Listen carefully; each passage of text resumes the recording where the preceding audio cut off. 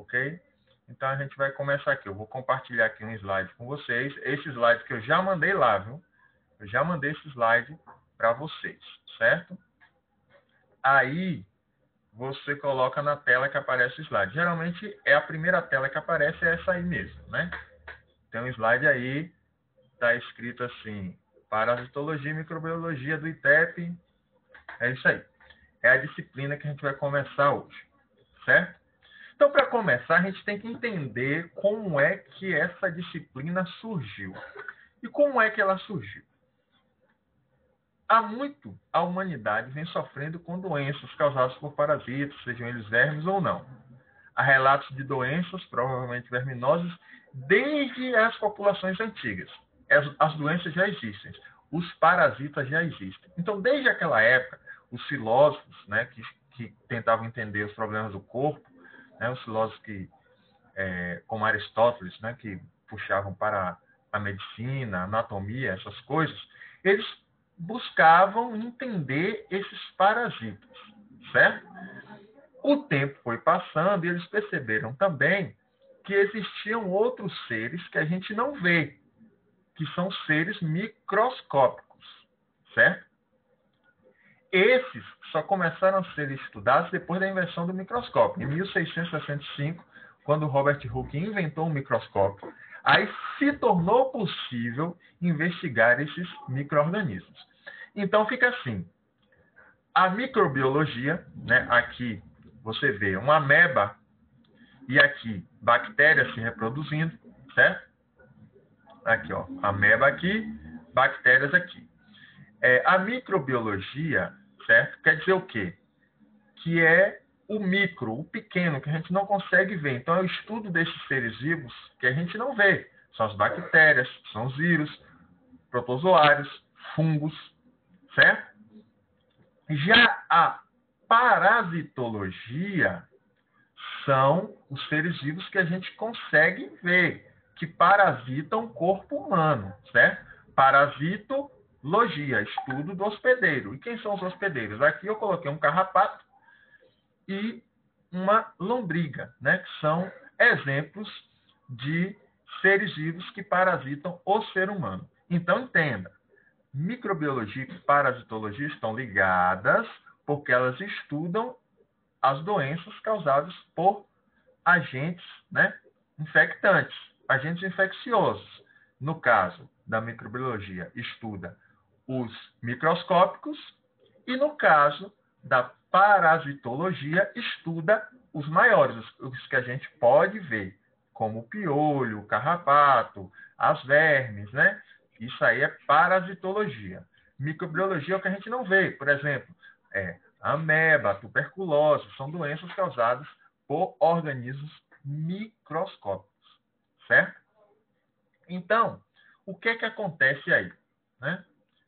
Nesse sentido, é de fundamental importância que você, técnico de enfermagem, entenda essas duas disciplinas, né? Para quem lida com a saúde das pessoas, e é o caso de vocês, a compreensão dos processos biológicos que envolvem micro-organismos é um fator crucial. Por quê?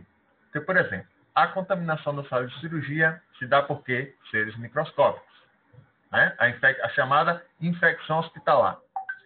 A veiculação de moléstias, né? Outras doenças presentes no ar, no sangue, na água, diversos meios naturais, e a gravidade dessas doenças você tem que entender. Como é que pega, como é que evita. Por exemplo, agora a gente está aprendendo sobre uma doença, né? Nessa pandemia, a gente está tendo esse aprendizado forçado, né? Porque a gente foi obrigado a aprender para não morrer. Então, você tem que entender esses processos. Hoje a gente sabe, né, que o coronavírus é um vírus que se espalha, né, pelo ar.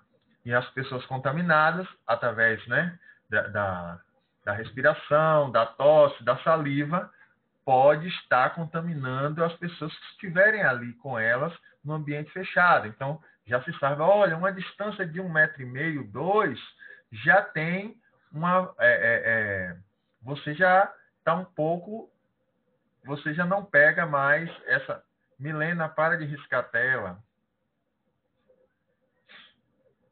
Quando tu risca, teu nome aparece aqui. Aí o que acontece? Essas doenças a gente tem que ir entendendo para saber, né, como evitar, para saber como combater, né? Tudo isso é importante e é um exemplo exatamente do momento que a gente está passando, né? Hoje a gente sabe que não tem remédio para a SARS-2, né? A Covid-19. Não tem.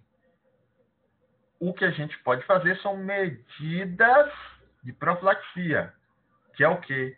Limpar as mãos, né, com álcool ou com água e sabão, e usar a máscara. E também respeitar o distanciamento social. Essas são as medidas de profilaxia que a gente utiliza hoje contra o coronavírus. Não existe remédio. Não existe, eu estou de coronavírus, vou tomar um remédio aqui para passar. Não existe. Nada até hoje foi comprovadamente testado para garantir, por exemplo, que uma ivermectina, que uma hidroxicloroquina vá curar a pessoa. Pessoas que usaram esses remédios contaminados e pessoas que, contaminadas, não usaram esse remédio, tiveram a mesma reação. Então, isso não é prova de que esses remédios ajudam. Principalmente, né, um remédio para lúpus, que é a hidroxicloroquina, e um remédio para piolho, que é ivermectina e verme, né? Então, não é garantida a eficácia, certo? Mas só para vocês entenderem melhor, né? A hidroxicloroquina, ela teve essa repercussão porque uma médica brasileira,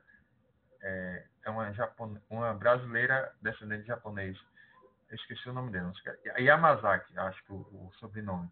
Ela usou esses remédios em pacientes que estavam em estágio avançado da Covid-19 para testar a teoria dela, né, da pessoa acreditar na cura. Então, o que é que ela fez?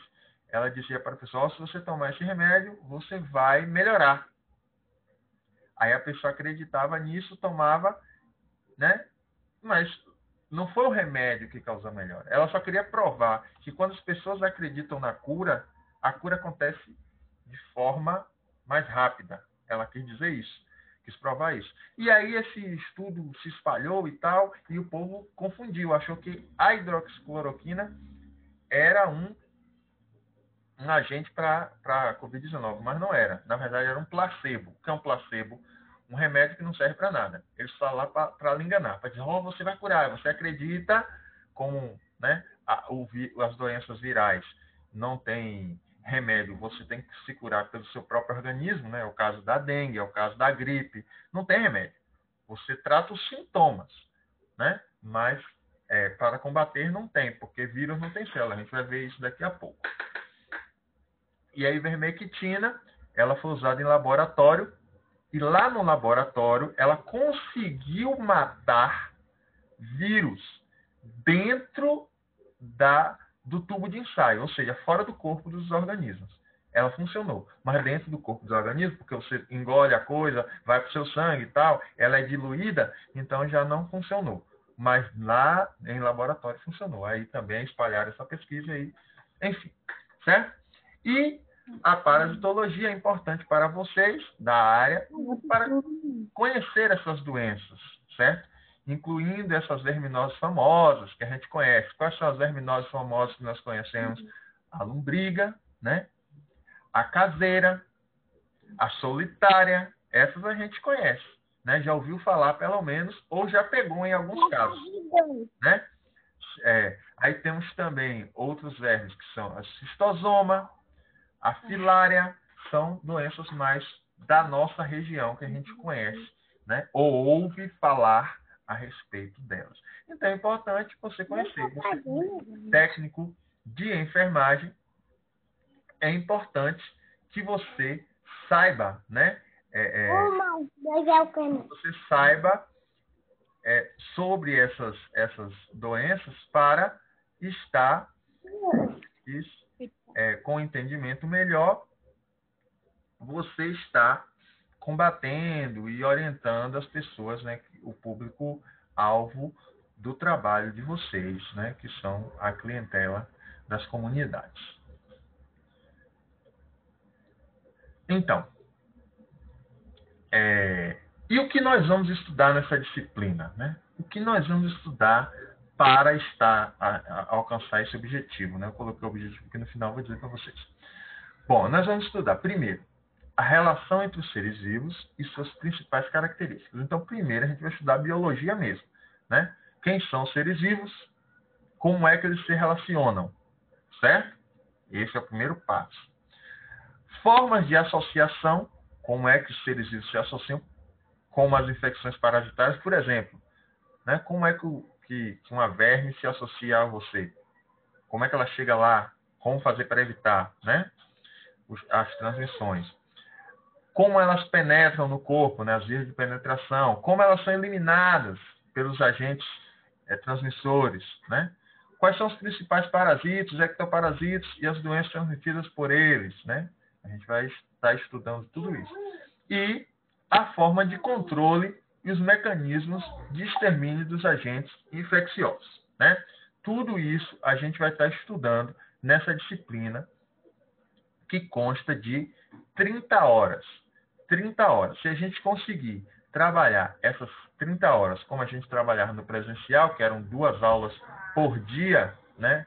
2 horas, aqui não vai ser 2 horas porque a plataforma não permite. Mas a gente vai tentar dar essas 2 aulas por dia, são 15 dias dessa disciplina. Diga, Guilherme. Não, professor, é que o ódio acabou de aparecer aqui para mim. E o senhor, percebi que o senhor já está adiantado um pouco na aula. Certo.